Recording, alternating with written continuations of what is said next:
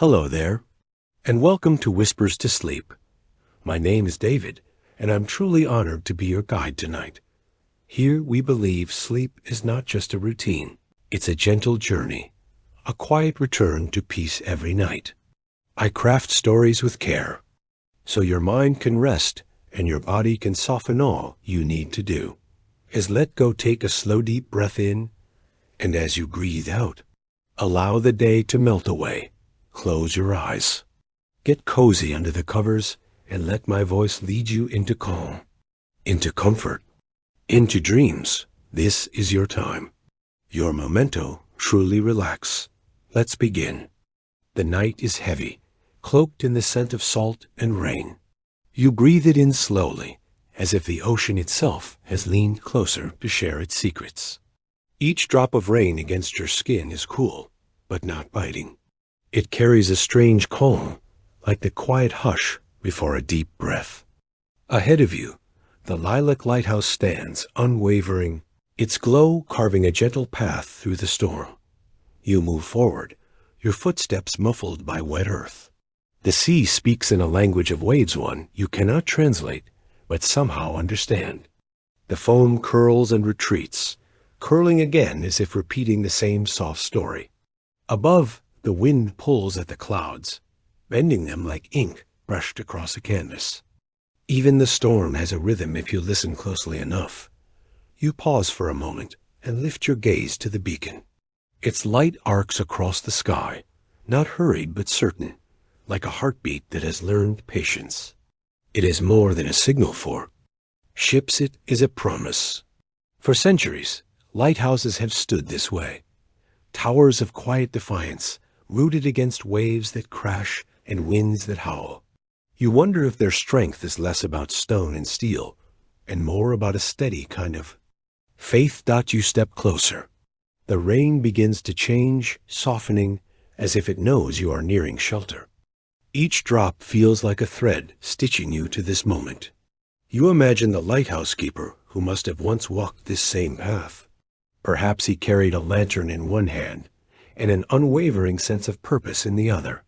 Even now, you feel as though his steps remain here, woven into the ground beneath your feet. Science, too, has its keepers. Those who, like the lighthouse, have stood against storms of doubt and uncertainty, guiding the world with the beam of knowledge. You think of how light behaves, bending as it cuts through rain and mist. Every particle of it is a traveler, striking the surface of the sea, scattering into countless directions. Yet the beam remains whole, sharp enough to reach you even through this tempest. The laws of optics, once invisible, suddenly feel almost human, loyal, steadfast, luminous dot as you approach the base of the lighthouse.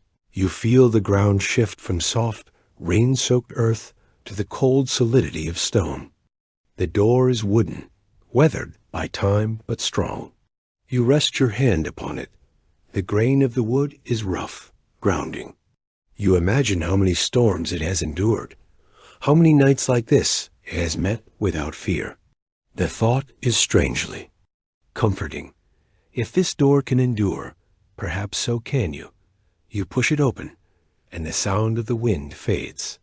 Inside, the air is warmer, carrying the scent of salt, old wood, and quiet history.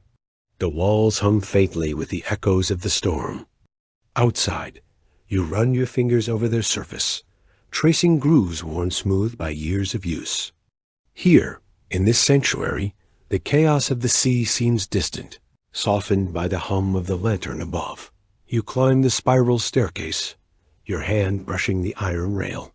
Each step creaks, but not in protest, rather in greeting, as though the lighthouse remembers every visitor who has ever walked this path. The higher you go, the more the air changes. You can feel the pulse of the lantern now, a warmth above you that is not just light, but presence. When you reach the top, you pause. The lens, the fawn's great eye of the lighthouse is alive. Its glass curves in flawless symmetry, each panel a prism.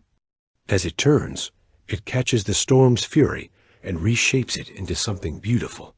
Lightning flashes in the distance, its reflection splitting into countless tiny suns upon the lens.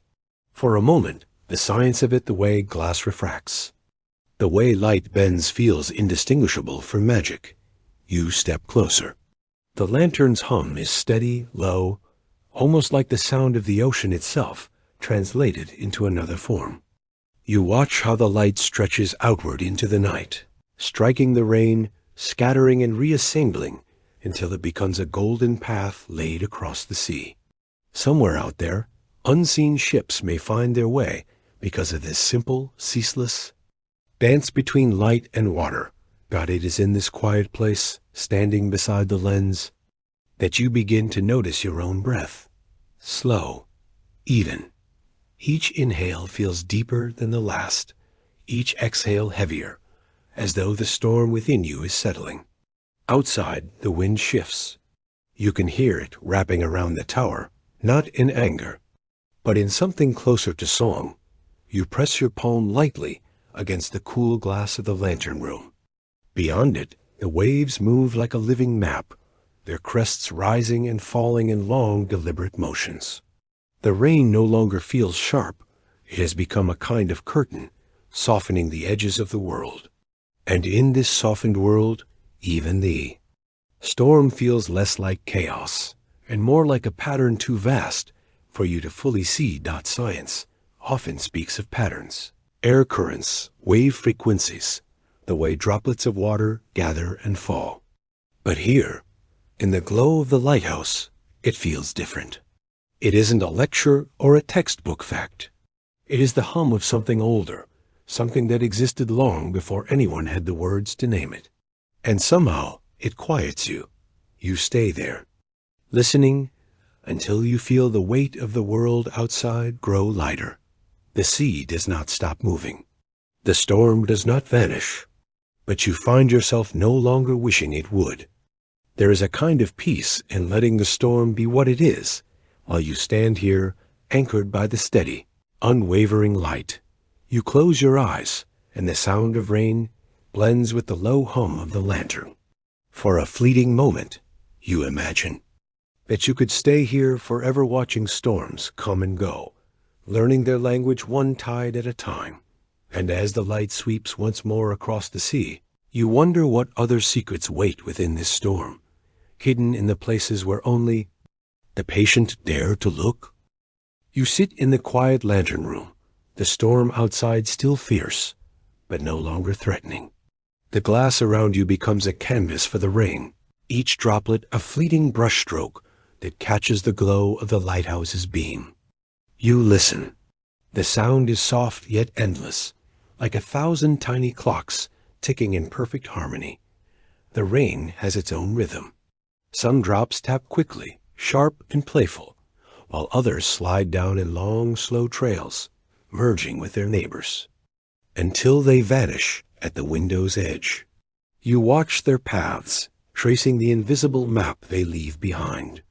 In this moment, you are both still and moving, carried not by the storm's force, but by its quiet persistence.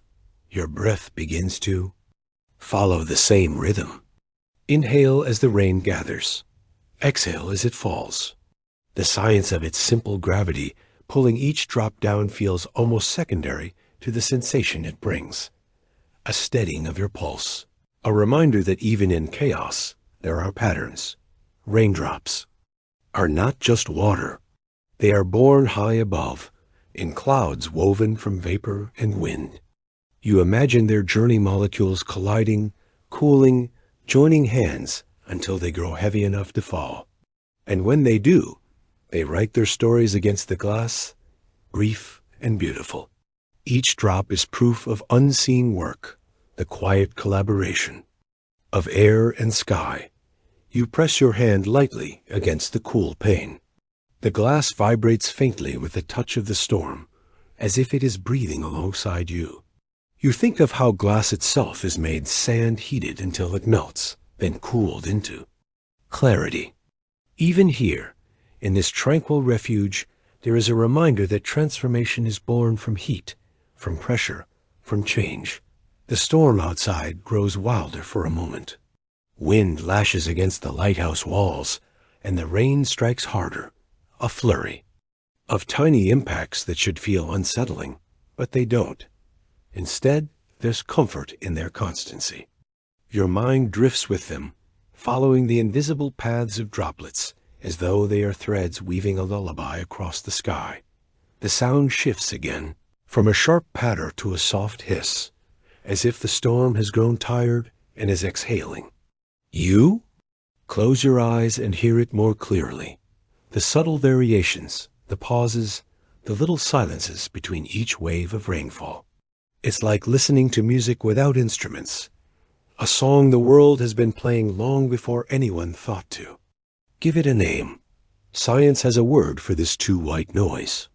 A blend of all frequencies, soothing because it hides sharp edges of sound. Perhaps that is why rain calms you.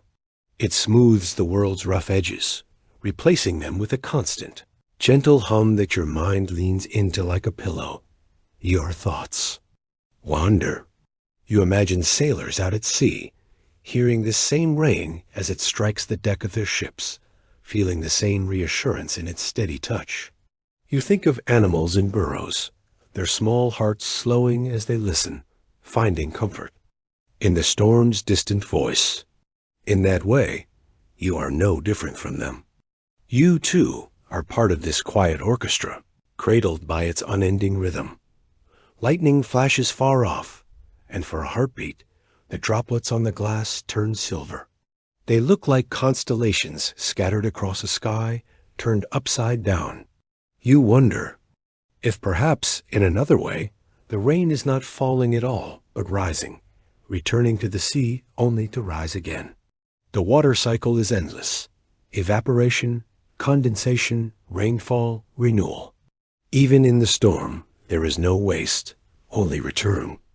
Open your eyes. Beyond the glass, the ocean is blurred by rain, its edges softened until it feels almost like a dream. The light from the beacon sweeps through it all, cutting gentle arcs through the mist. You imagine its beam passing through each drop, refracting, bending ever so slightly. Physics made visible in 1,000 tiny fragments of light, and with each sweep of that light, you feel more anchored. The storm does not frighten you, because here in this room, you are not merely watching it, you are learning it. It is not chaos. It is movement. It is water in its many forms, bound to the same laws that have always guided it. There is comfort in that constancy, in knowing that nature does not falter. Time slips by unnoticed. The rain eases, then swells. Again, like breath, you let it carry you. The glass is no longer cold under your hand, but familiar, like the touch of an old friend. You lean closer, and for a fleeting moment, you almost believe you can hear individual drops striking, one by one, a language too quiet for words. You stay there, eyes half closed, listening. The storm is no longer something you look at. It is something you are inside, a world of water and sound and gentle light. Even as the wind shifts and the rain slides sideways across the glass, the lighthouse does not waver. Its being continues to turn, and you, too, remain steady. You imagine sleeping here, wrapped in the quiet, with rain painting its soft patterns overhead. You imagine waking to a calmer sea, to windows clear of droplets, to air that smells of salt and renewal. But for now, you stay in this moment, where the rain is steady and the world outside feels far away. The drops slow. Their sound grows lighter, more delicate, as though the storm is preparing to rest. You exhale with it, your breath syncing with the softening pulse. There is no need to move, not yet. You are exactly where you should be, and as the last few drops linger on the glass, you begin to wonder, if the rain can calm the sea, what might it do for the restless sky above? The rain has become a steady curtain now, a soft, shimmering veil between you and the restless sky. From the lantern room of the lighthouse, you watch as the storm takes shape, not as chaos, but as an intricate dance of nature. Every gust of wind, every crack of thunder, every flash of lightning has a reason, a rhythm, a story. You begin with the wind. It does not roar without cause. It is born from contrast. Warm air rises, cool air sinks, and in their meeting, a movement begins. You imagine it as a slow, invisible waltz of molecules, swirling and colliding, finding balance only to be pulled apart again. Air moves from where it is heavy to where it is light, and in this journey, the sky breathes. The storm breathes with it. You can almost feel its lungs in the sway of the trees, the tilt of the sea below. Pressure high and low pushes and pulls at the edges of the atmosphere, unseen but undeniable. It is this difference, this simple imbalance, that summons the winds now singing around the lighthouse. What once felt wild begins to feel patient, almost purposeful. Then comes the thunder, deep and resonant, rolling across the sky like the distant voice of the sea. Its source is lightning, the brief, electric, threads stitching the clouds together. You know that lightning is born when ice and water inside the storm cloud rub against one another, trading invisible charges until the air itself can hold no more. And then release. The flash is sudden but not cruel. It is simply nature's way of finding balance. You picture it like a great sigh of relief, a discharge of energy so swift that it burns the air into a path of light. For a moment, the sky is illuminated, every raindrop suspended like glass beads in its glow. Then, just as quickly, it fades, and the thunder follows, slower, heavier, as if to remind you of the distance between sight and sound. Each strike is a reminder of how vast the storm is, how it stretches far beyond what you can see from this lilac refuge. And yet, despite its size, you are safe. You are a witness, not a target, cradled by stone walls and warm lamplight while nature performs its raw, unedited symphony outside.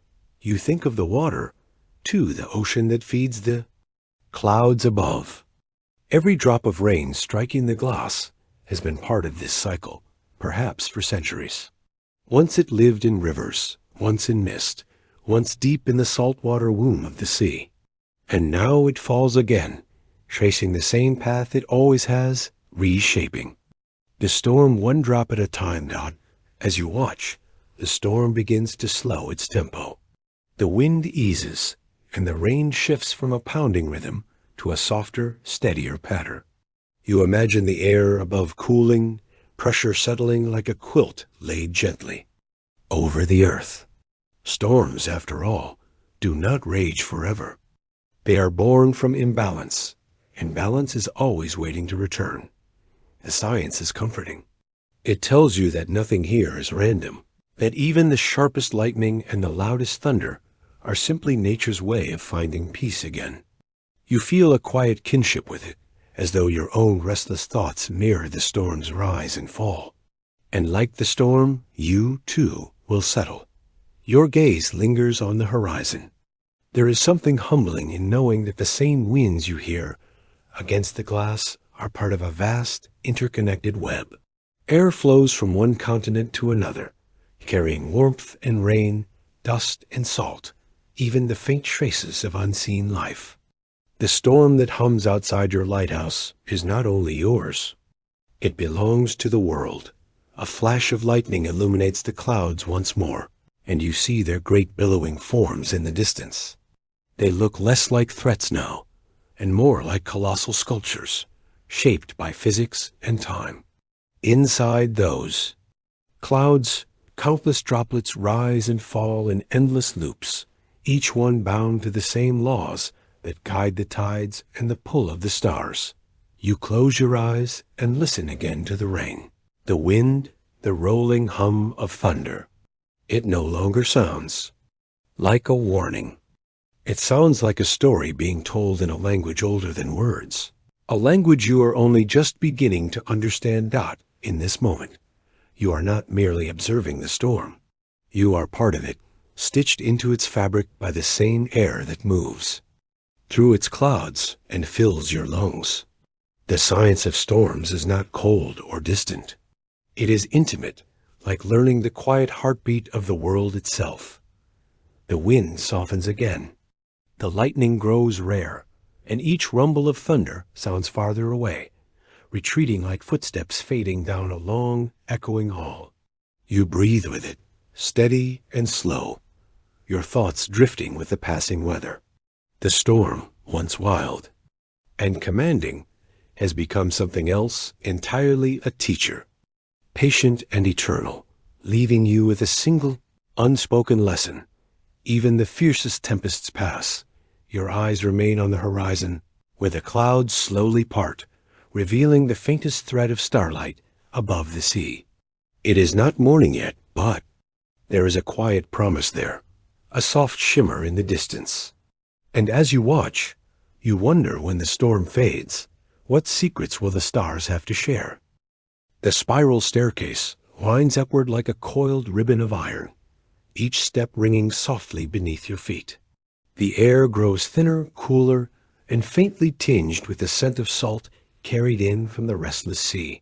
When you reach the top, the lantern room opens around you like a crown of glass and steel, and at its center, waiting in quiet majesty, stands the lighthouse lens. It is taller than you imagined, an intricate tower of concentric glass rings, each one carved with perfect precision. You step closer, and the lens greets you with a faint hum, the sound of machinery steady in its duty. Its brass framework glows faintly in the lantern's warm light, polished by decades of hands that came before yours. This is the Fresnel lens. You remind yourself, a marvel born from both necessity and brilliance. Ordinary glass could never have cast a beam far enough to pierce the fog or guide ships through blackened waters. But Augustin Jean Fresnel, with his mind tuned to the language of light, changed everything. You imagine him, sketching lines of glass in patterns that seemed almost impossible, slicing a single, heavy lens into delicate rings, each one designed to bend light more efficiently than the last. This was not just invention, it was a kind of quiet alchemy, turning physics into salvation. You run your fingers over the brass frame, tracing its edges. The lens itself does not burn or shine by its own power. Instead, it gathers light and bends it, reshaping what would otherwise scatter and vanish into the night. Every ray is caught, drawn inward, and then pushed outward in one unified beam, a single ribbon of illumination reaching miles across the sea. You think of how this works. Refraction, the bending of light as it travels from one medium to another, air to glass, glass back to air. Each ring of the Fresnel lens captures a sliver of that light, directing it forward with almost no loss. It is science distilled to its purest form, precision made visible. Outside, the storm still murmurs, but here in the lantern room, there is only quiet purpose. The beam rotates, steady and unhurried, sweeping the sea like a patient hand searching the horizon. Every turn feels like a heartbeat, constant and reliable, the rhythm of safety itself. You picture the sailors far out at sea, their ships rising and falling against the waves. To them, the lens is not glass or brass. It is hope, a single, unwavering promise that land is near, that danger has a boundary, that someone has thought of them, even in the darkest hours. The thought warms you. This is how science becomes poetry.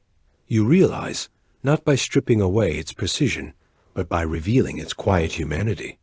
Every calculation, every polished edge of glass, every turning gear has been shaped by the same impulse that drives the know. Tide and lights the stars, the will to guide, to connect, to keep life from vanishing into the vastness. You glance upward, and the lantern's light glows bright and calm, its flame small, but magnified into something immeasurable. Even the smallest spark, you think, can change the shape of the night if it is given focus. Your eyes follow the great lens as it rotates, its reflection spilling like moonlight across the polished floor. Around you, the glass panes of the lantern, Rooms are streaked with raindrops, and each drop bends the light into miniature rainbows, scattering color against the walls. The sight feels almost ceremonial, as if the lighthouse is not only a machine, but a cathedral. And you, for a moment, are its only visitor. You take a slow breath, and in that breath, you hear the echo of something larger. This lens is not so different from the eye through which you see it. Your own iris, with its curved cornea and crystalline lens, bends light in much the same way, focusing the vastness of the world into an image your mind can hold. You carry your own lighthouse within you, guiding yourself through the dark without, ever noticing the rain outside softens. A single beam from the lens strikes the horizon, and for a moment, you imagine it touching not only water, but the sky itself, as though it could bridge the distance between Earth and stars. You wonder what? It must feel like to be a sailor seeing this light for the first time, after hours or days lost in fog. Perhaps it is like hearing your name called after being alone too long. Perhaps it is like coming home. You stay there, standing in the hush of the lantern room, feeling the steady hum of the lens. Your reflection glimmers faintly in the glass. Rings, and you look almost spectral, part of the machine, part of the night, part of this endless story of light bending through darkness. The science of it comforts you, but the wonder of it holds you still. You are reminded that for all its formulas and calculations, light remains a mystery in its own way, straddling the line between wave and particle, slipping through the boundaries of definition. And yet, even in its strangeness, it serves. It reaches. It saves. The beam sweeps once more, and the rain clouds thin at the edges, revealing a stretch of deep indigo sky. Somewhere beyond the clouds, the stars are waiting, ancient and patient, their light traveling across lifetimes to reach your eyes. You rest your hand against the cool brass one last time, listening to the faint hum of the mechanism. The lens continues its eternal turning, and you realize that this light does not end at the horizon. It goes farther, always farther. And as you gaze out over the quieting sea, you cannot help but wonder, if this light can cross an ocean, how far then? Can the light of the stars reach you? The storm is still there, but it has changed. No longer fierce, no longer loud, it now moves like a tired creature curling into sleep. The waves that once roared against the rocks settle into a slower rhythm, their sound no longer sharp but rounded, softened by distance. You press your palm against the glass of the lighthouse window, and you feel it, a world easing into quiet. Outside, the rain has thinned to a delicate mist. Droplets slide down the panes in silver threads, tracing the glass as though time itself is slowing. And in this hush, something opens. A space between sound and silence. Between one breath and the next, you listen. At first, there is only the ocean's pulse, deep and steady, like the heartbeat of the earth itself. But then, within that quiet, you begin to hear something else, the subtler music of stillness. It is not absence, but presence, a reminder that, even when the world rests, it is still alive. Your body feels it too. The steady pounding in your chest slows to match the tide's gentle retreat. Each breath deepens, grounding you in the simple rhythm of in and out, rise and fall, just as the moon draws the water and releases it again. You are not separate from this quiet. You are woven into it, part of the same tide that smooths the shore. Science, you think, has a name for this slowing, this natural settling of the body when the world around you softens. Parasympathetic activation, they call it, the shift from tension to rest, from the storm of your thoughts into the stillness beneath them. It is the body's way of remembering how to be calm. You imagine the neurons in your brain, tiny messengers of peace, releasing signals that tell your heart to slow, your muscles to loosen, your mind to grow quiet. The lighthouse is no longer only a shelter from the storm. It is a mirror for this moment inside you. This inner weather-changing dot, the waves outside move in a rhythm, so steady it feels eternal. You picture how the ocean works, how it never truly stops. Every swell is born from wind meeting water, from pressure and movement, and invisible hands stretching across the globe.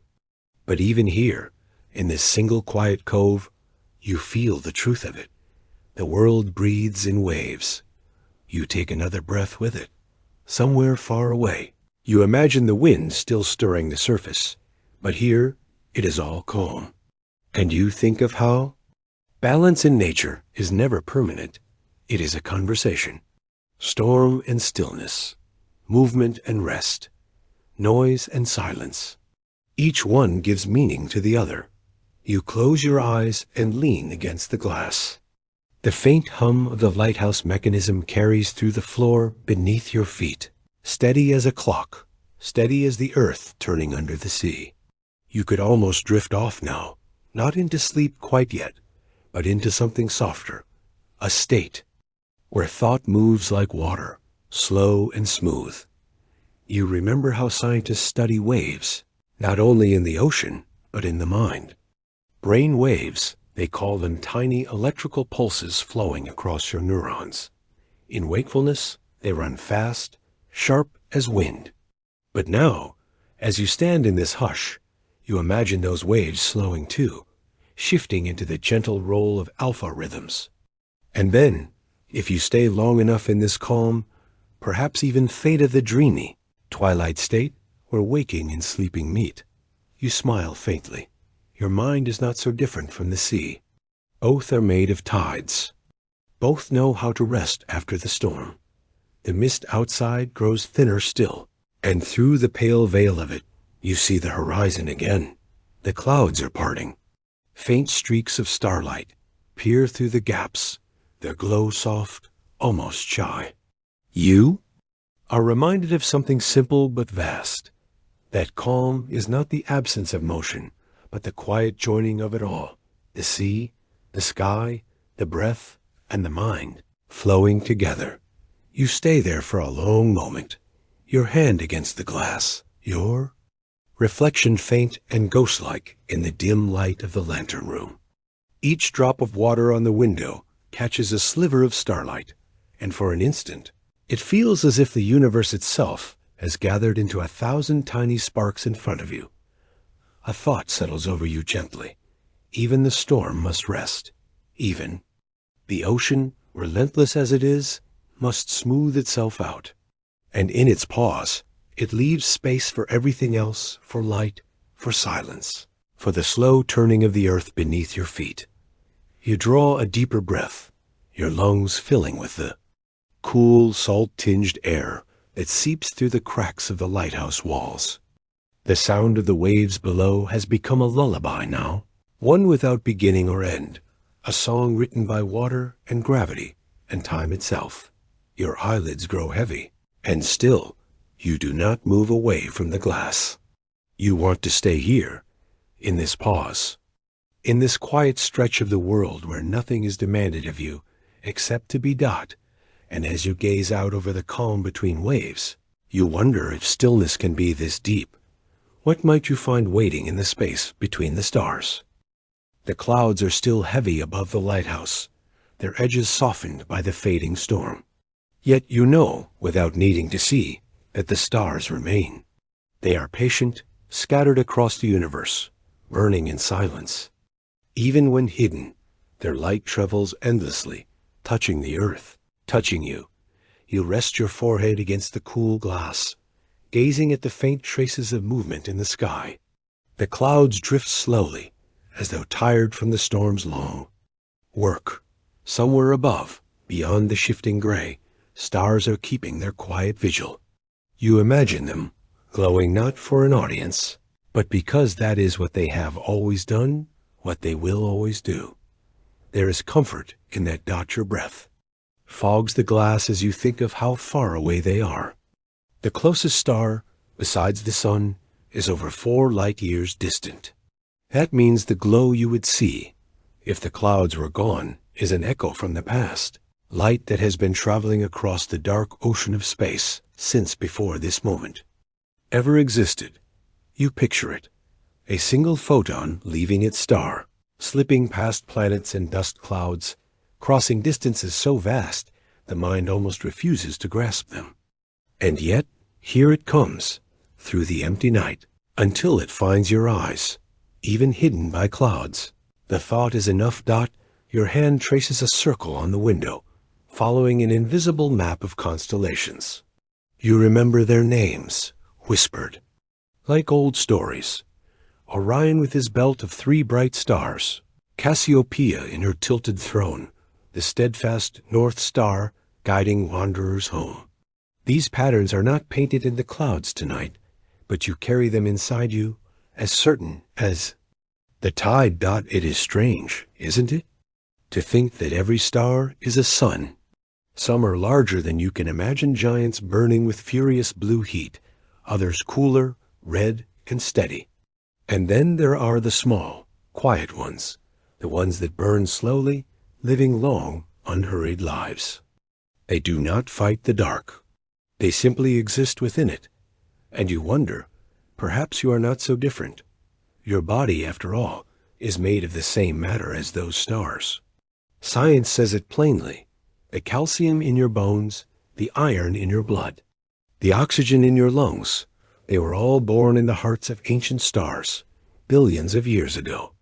They exploded, scattering their elements like seeds across the cosmos. And in time, those seeds became oceans, mountains, and you. You lean into that thought. It feels like a thread connecting you to something vast and unbroken. The storm outside, the waves below, the glass beneath your fingertips, all of it is made of the same stardust. And in this quiet space, that feels like enough, the rain taps softly against the window, a lingering reminder that the storm is not entirely gone. But even now, between the drifting mist, there is a faint thinning in the clouds. A break, like the slow lifting of a curtain. For just a moment, you glimpse at one single star, sharp and unwavering, a pin of light in the gray dot. It isn't much, but it is everything. That one star is proof. Proof that no storm is endless. Proof that light is patient. Proof that even if you cannot always see it, it waits for you. You hold that thought close, as if the beam of that tiny star could reach through the glass and settle into your chest. In that small, steady glow, you feel the science of it unfolding like a gentle lesson. The light you see is not only old, it is also constant. A star burns because of fusion. Hydrogen atoms press together until they merge, releasing energy in a dance as old as the universe itself. It is a quiet engine of creation, one that will keep running long after the storm outside is only a memory. You close your eyes and picture it, a star's core, impossibly hot, dense enough to forge new elements from the simplest pieces of matter. It is the same process that once built the atoms in your body, the same fire that scattered those atoms here, into this quiet lighthouse by the sea. You open your eyes again, and the star is still there, peeking through the thinning clouds. Its light feels like a promise. Outside, the wind sighs, softer now. The sea moves in slow, measured breaths, like a living thing that has finally found rest. And above it all, unseen but certain, a million other stars wait behind the clouds. There, light already on its way to you. You think of them as companions. Not distant and unreachable, but near in their persistence, always burning, always steady. Their language is silence, but you understand it perfectly. Stay. Keep shining. Your reflection in the window is faint now, swallowed by the night. You stare past it, past yourself, into that single point of light. It is enough to quiet every corner of your mind. The clouds shift again. Perhaps more stars will follow. Or perhaps they will stay hidden a while longer. It doesn't matter. You know they are there, and knowing is enough. Your breath slows. Your body softens. And as you rest your forehead one last time against the glass, you wonder if the stars are always there, waiting. What else might be shining quietly just beyond? What you can see? You lean against the wooden railing of the lighthouse balcony, the sea stretching wide beneath the soft gray sky. The air is damp with salt, and the waves below move in endless conversation. You close your eyes for a moment and listen, not with your ears alone, but with the quietest parts of yourself. The ocean speaks in patterns. First, there is the rise, a gentle gathering of water, a slow inhale of the sea. Then comes the break. The wave collapses in a white breath of foam, its voice spilling across the shore. Afterward, there is silence. A pause so brief, it feels like a held note before the next surge begins. It is a language older than words, one the world has always known. Your breathing begins to match it. Inhale with the swell. Exhale with the fall. Soon, you are not just listening, you are part of it. Science tells you that waves are born from wind. Air sweeping over the ocean surface transfers its energy, stirring ripples that grow into rolling giants. Yet knowing this does not quiet the poetry of it. It deepens it. The wind is invisible, but its voice is carried in every crest and trough, in every low roar that melts into the sky. You trace these rhythms the way you might trace constellations in the night sky. Some waves are small and shy, brushing the rocks with a whisper. Others are bold, their crashes echoing like a drum. You imagine each wave as a syllable, and together, they form a language you are only beginning to understand. And perhaps this is what it means to listen, not just to hear, but to feel. Beneath the surface, another rhythm works unseen. The tides, governed by the pull of the moon, shift the ocean's breath in a slower, grander motion. Twice each day, the sea stretches toward the shore and then retreats, drawn by gravity's quiet tether. You picture it, the moon, suspended above, pulling at the ocean as if it were a thread of silk, guiding its rise and fall with steady hands. There is comfort in this invisible connection. The same force that lifts the sea also tugs gently at you. Your bones, rich in salt and minerals born from ancient oceans, remember this pull. You are not separate from the tide. You are part of its story. You open your eyes and watch the horizon. The storm from earlier has left the water restless, its movements layered and complex. Foam curls at the edges like script written in a language you almost know. Every splash against the rocks is a punctuation mark. You imagine for a moment that the sea is speaking directly to you.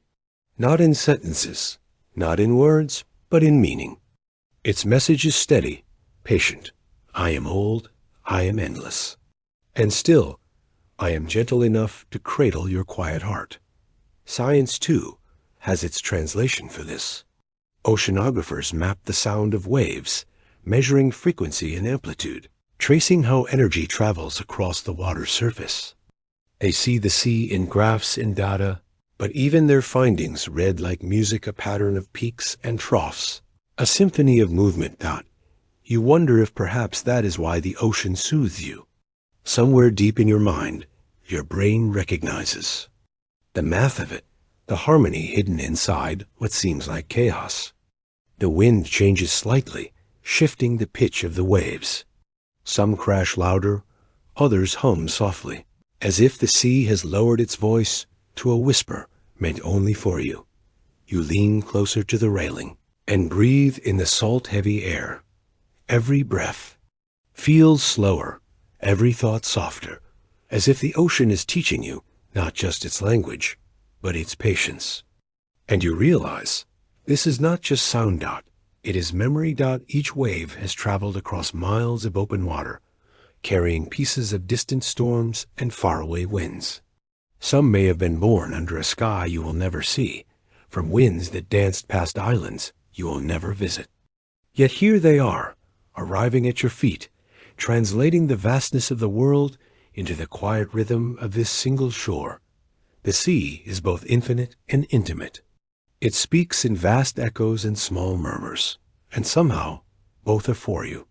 You close your eyes again, letting the sound deepen in your chest. You can almost feel the push and pull of the tide in your heartbeat, like your body is answering back in its own quiet way. Perhaps it has always known this language. Perhaps you are only now remembering it. Far above, the clouds have begun to drift apart, revealing a ribbon of pale sky. The ocean, in turn, seems to soften. Its waves smooth into long, slow sighs, as if it too is settling into rest. You find yourself smiling without meaning to, because here, in the rhythm of the waves, there are no sharp edges, no sudden demands. Only flow, only return. The tide withdraws slightly, foam clinging to the rocks like delicate lace. And you, standing here in the salt-washed air, understand something quiet but certain. You could stay here for hours and the sea would never tire of speaking. And maybe, if you stayed long enough, you would learn to answer. Not in words, but in the stillness of listening. The waves roll on. Their language is steady, patient, and infinite. And as you breathe in time with their song, you wonder if the sea speaks this way, what language might the stars write in the spaces between their light? You light a small oil lamp, its glow pooling gently across the wooden desk. The room smells faintly of salt and aged paper. Before you lies the keeper's log, its leather cover worn, its edges softened by years of hands turning its pages. Open it slowly, as though the past itself might startle if disturbed too quickly. The ink has faded, but the words remain steady. The first entry is dated more than a century ago. Winds fierce tonight, lantern steady. One ship passed safely. The handwriting is careful, deliberate. You can almost imagine the keeper sitting at this very desk, coat damp from sea spray, fingers numb from the cold, writing by the same flickering light you now see. You turn another page. This one speaks of a storm, waves described as mountains of black glass, winds howling like wolves across the cliffs. Yet even in the face of such wildness, the keeper wrote of calm, the beam of the lighthouse cutting through the dark like a promise. Science and devotion bound together in every note. You trace the words with your fingertips. They are more than ink. They are echoes. Meteorology was simpler then. No satellites to watch the skies. No radars painting storms across glowing screens. The keeper relied on observation, the curl of a wave, the weight of the clouds, the scent of rain before it fell. His notes are a map of how humans once read the language of the sea and sky without instruments, guided only by instinct sharpened, by years of listening, stars hidden, barometer falling, lantern trimmed for the long night ahead. You pause at this entry, feeling the quiet weight of it. The barometer, an elegant device of mercury and glass, was once their window into the future, a way of measuring the invisible hand of air pressing down upon the earth. When the needle dropped, storms came.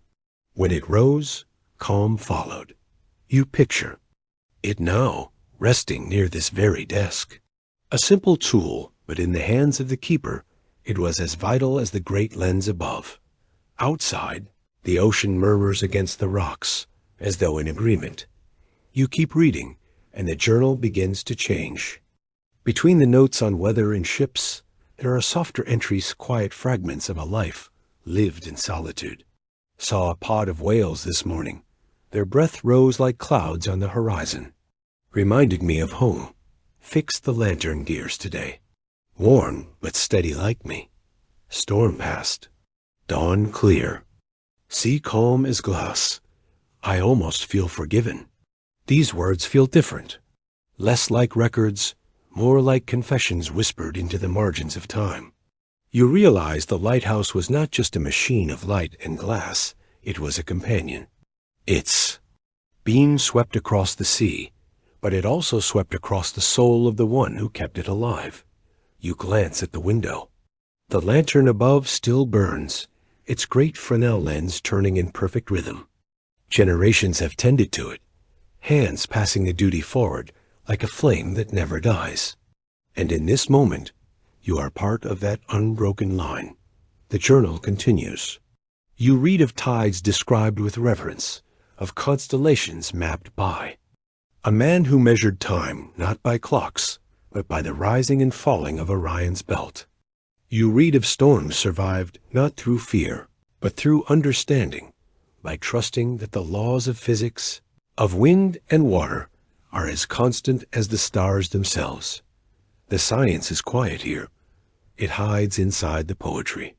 Pressure, light, refraction, wind currents. These things are never named, yet you feel them in every line. The keeper knew the sea not as a set of numbers, but as a living presence. And you, sitting here now, understand him. You close your eyes for a moment and imagine him, alone in this very room, listening to rain on the glass, steadying his breath against the endless roar of the ocean, finding comfort in the steady swing of the lantern's beam. Outside, the waves continue their slow hymn, as if nothing has changed in all these years. You open the journal again and find one final entry. The ink is thin, the handwriting frail. Lantern, bright, sea restless. I am tired tonight, but the light holds. It will hold after me. That is enough. You linger on those words, feeling them subtle like a stone dropped into deep water.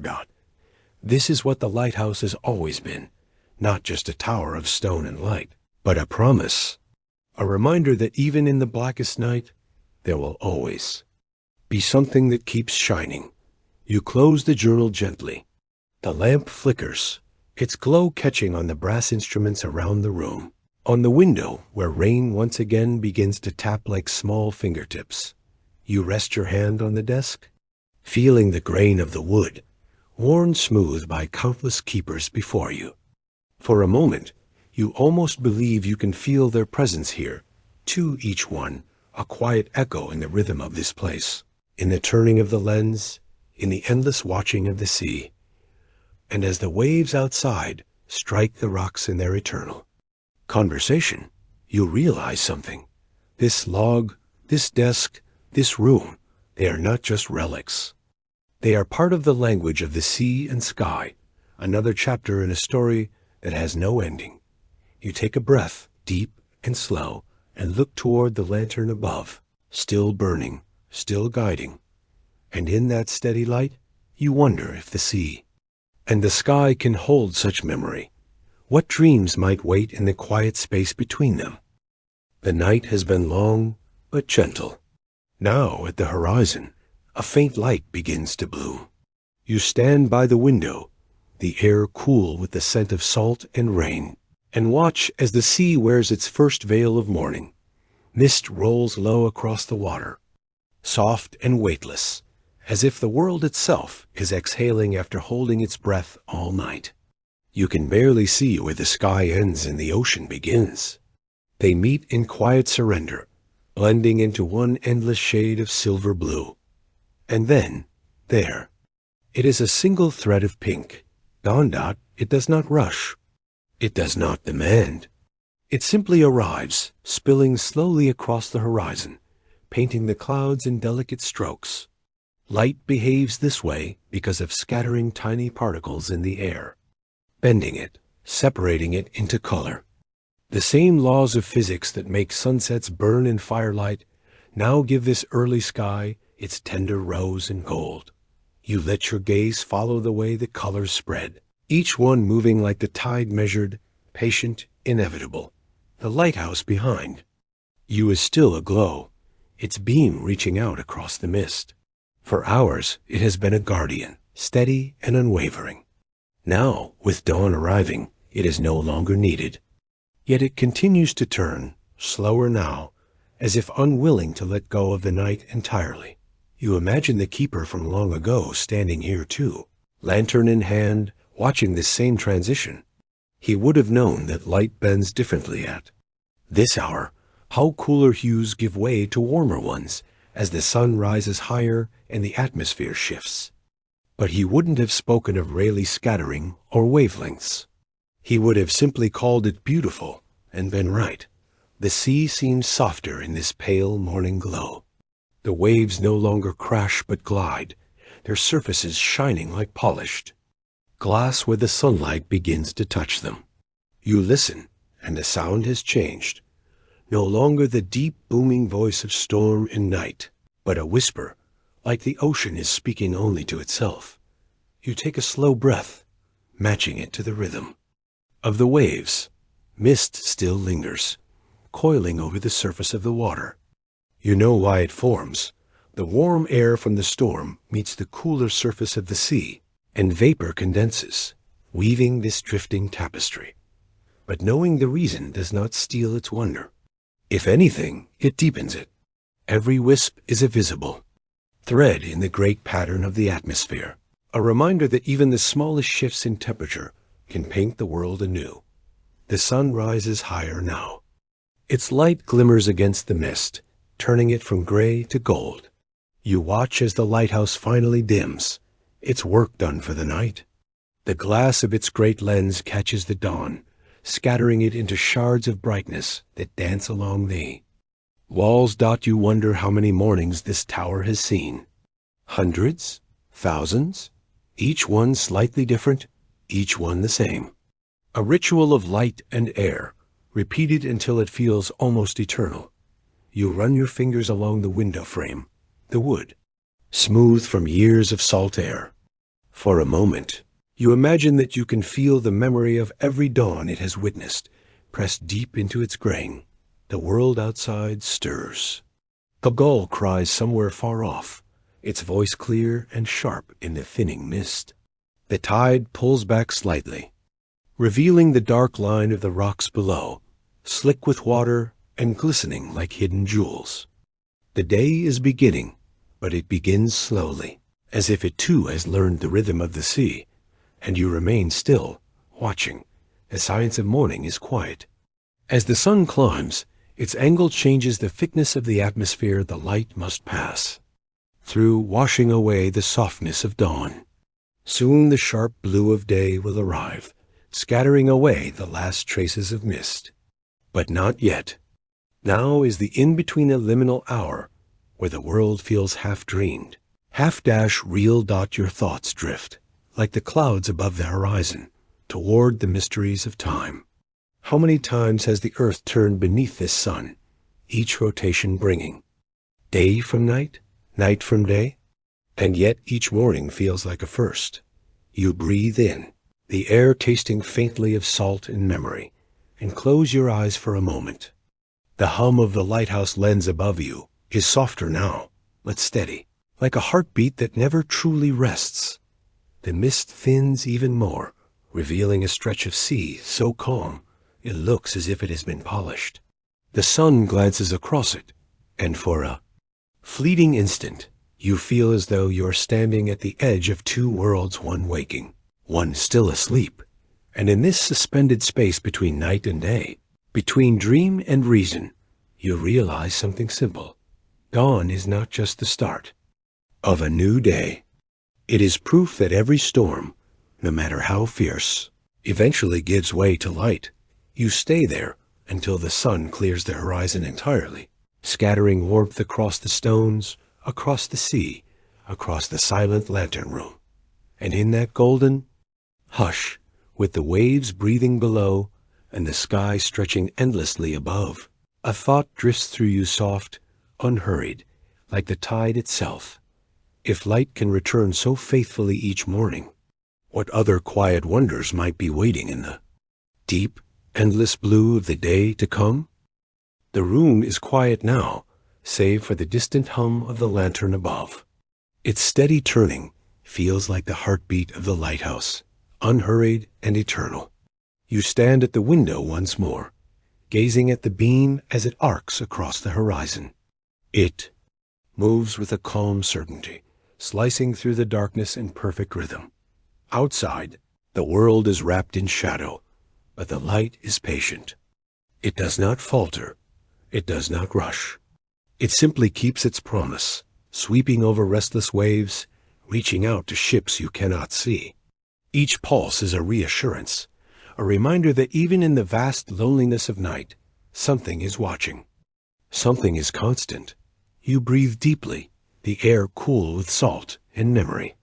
You imagine sailors out there, guided by this beam, their eyes catching that sudden flash in the distance. To them, it is more than light. It is safety. It is hope. It is proof that the world is mapped not only by stars, but by human hands determined to pierce the dark. The Fresnel lens above you is a marvel of science and patience.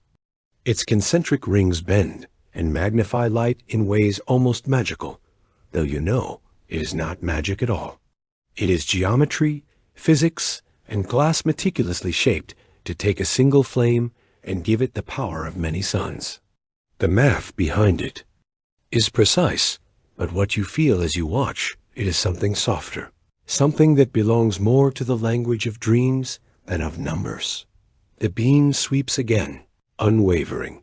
You close your eyes for a moment, letting its rhythm settle inside you. In that darkness behind your eyelids, you can almost hear it, a low hum of energy, the invisible dance of photons as they race outward, scattering through the night air. This is what light has always done. From the beginning, it has been moving, traveling through space, bending around gravity, spilling into the deep black silence between stars. And yet here, in this quiet room above the sea, it feels deeply human. A lantern built by hands, powered by minds, offering itself without end. You think of time and how many nights this light has burned. Generations have passed beneath it, storms have raged against it, and still it remains. A steady companion to every dawn and dusk. Even long after you leave, it will continue. Perhaps that is why it feels so comforting. It belongs to something larger than a single moment. Outside, the tide moves with unhurried grace. The waves catch a faint glimmer of the beam, carrying it like fragments of stars broken upon the water's surface. You follow the path of that light until it fades into the horizon, where sky and sea blur together. You know that if you could rise above the mist, above the curve of the earth itself, you would see it stretch farther than the eye can follow. A single thread stitched into the vast fabric of night. And even that thread is only part of something greater. Light does not end where you stop seeing it. It continues, scattering, softening, becoming part of the quiet glow that fills the edges of the world. That is how the universe works. Nothing simply vanishes. Energy changes form, shifts, finds a new path. The beam from this lighthouse, in ways almost impossible to measure, will ripple out until it is woven into the endless background of the sky. You find comfort in that thought. The lantern hums again above you. Its sound is constant, unbothered by wind or time. You wonder if the lighthouse keeper of long ago ever stood in this same room and listened to it, drawing strength from its steadiness. Perhaps, like you, he found solace in knowing that while everything else moved the tides, the storms, even the stars, this light would remain. You turn from the window and settle into the wooden chair by the desk. The journal of the keeper still lies open, its pages heavy with salt-stained ink. You run your hand across it once more, as if the words might answer back. They speak of nights so much like this one, calm, unending, held in the watchful glow of a light that never sleeps. You feel your breath slow. The beam sweeps again. And then, in the hush that follows, you understand. This is not only a lighthouse. It is a promise written in glass and fire. It is proof that even in the deepest dark, something will always keep shining. You rise once more, one last look at the lantern above, and watch its glow fade gently over the sea. The sky outside is not quite black anymore. A faint trace of silver lingers along the horizon, as if morning is already preparing its return. The light does not waver. It keeps its vigil, steady and sure, while you feel yourself growing heavier with sleep. And as you close your eyes, The beam sweeps across the sea once more, carrying its silent vow into the night, a vow that feels less like an ending and more like the quiet beginning of whatever waits just beyond the edge of dawn. The air is softer now. The wind, once restless, has quieted into something gentle, as if it too has found its rhythm. The sea stretches before you, calm and infinite, a mirror for the pale sky. You stand at the lighthouse window one last time, and for a moment, the world feels perfectly balanced between what has been and what is yet to come. The beam of the lantern sweeps across the horizon, steady and unbroken. It no longer feels like just a tool of navigation.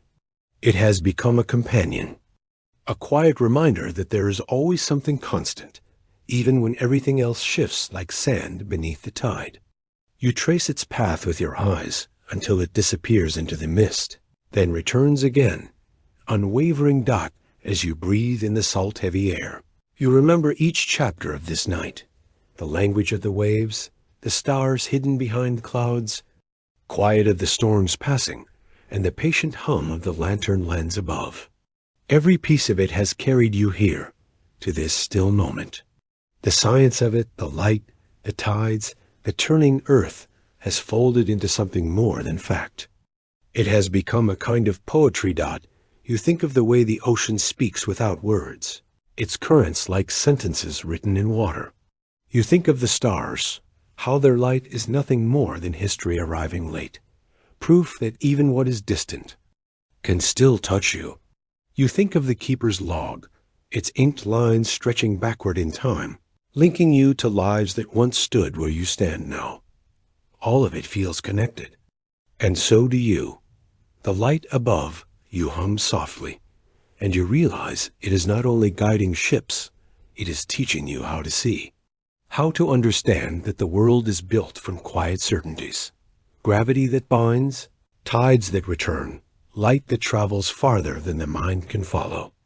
These truths are not loud or demanding. They are steady, patient, eternal. You let the thoughts settle, like a stone sinking through still water, that the horizon begins to brighten.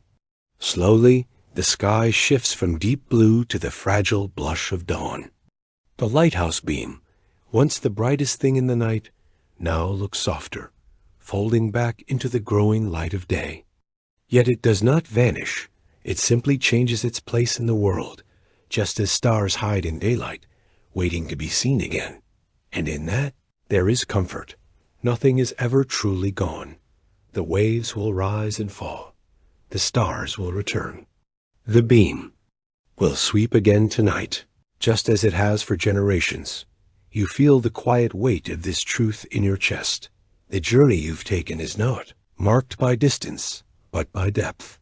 You have walked the spiral stairs of the lighthouse, stood beneath the lens, listened to the hum of its light, and watched the sea breathe through the dark. You have learned that science is not cold. It is a lantern in its own way casting light into the unknown so that wonder can find its way home. The first rays of morning spill across the water, scattering into gold. You close your eyes and let it wash over you, and for a moment you feel the world tilting forward into a new day. Perhaps that is what the eternal light has been telling you all along, that no matter how vast the night may seem, it will always yield to dawn. Your breath slows, deep and even, as though the ocean itself has taken hold of it. The room feels warmer, safer, anchored by the silent pulse of the lantern overhead. You imagine it burning on, long after you've stepped away, guiding others through their own nights. And in that thought, there is a kind of peace that does not fade. The horizon glows brighter now, the sea shimmering like a canvas brushed with light. You rest your hand on the old wooden desk, its surface worn by time, and you understand why the keeper stayed. It was never just about the ships or the storms. It was about standing at the seam between darkness and light, holding a torch against the endless night, and knowing that in some small, steady way, it mattered. You take one last look at the lantern, its glass glowing like a captured star, and you smile. The light will remain. The sea will breathe. The sky will turn. And somewhere beyond the edge of sight, other lights will rise, distant suns, waiting patiently to be seen. You step away from the window, the hum of the lantern following you like a gentle lullaby. And as you prepare to rest, you carry with you the quiet certainty that has been here all along, that even in the vastness of night, there is always a way forward. And as you drift towards sleep, you wonder if the world holds such quiet, unshakable lights in its darkness. What other hidden beacons might be waiting far beyond the horizon of your dreams?